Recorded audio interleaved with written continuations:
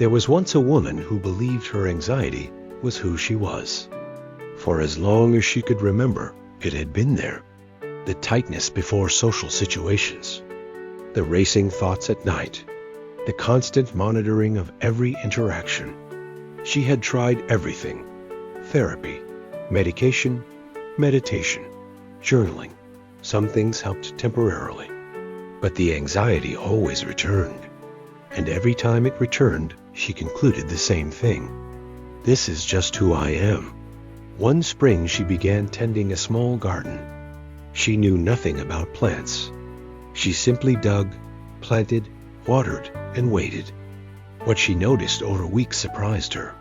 The plants didn't grow randomly. They grew toward light, away from competing roots, along the paths of least resistance. Nobody had instructed them. Nobody had designed their specific shapes. They had simply responded to conditions, accumulated those responses over time, stabilized into the forms she now saw.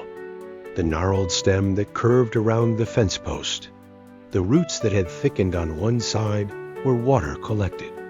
The leaves that had grown larger on the shaded side, reaching for more light. Every characteristic had a history. Every shape was a record of accumulated responses. She sat back and thought about her anxiety. When had it started? What conditions had been present? What had it been a response to?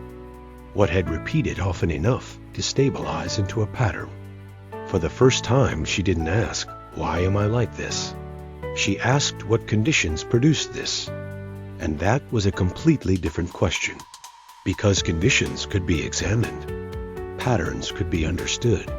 Structures that had formed through repetition could be seen clearly. Not eliminated overnight, but no longer mistaken for permanent identity. She was not her anxiety. She was a conscious pattern that had developed anxiety as an emergent response to specific accumulated conditions. That distinction changed everything. Not because the anxiety disappeared immediately, but because she stopped defending it as herself. Your habits are not who you are. They are what your frictions settled into. And what frictions settle into can be examined, understood, and slowly reorganized. TIFEO ontologytrumbletruth.com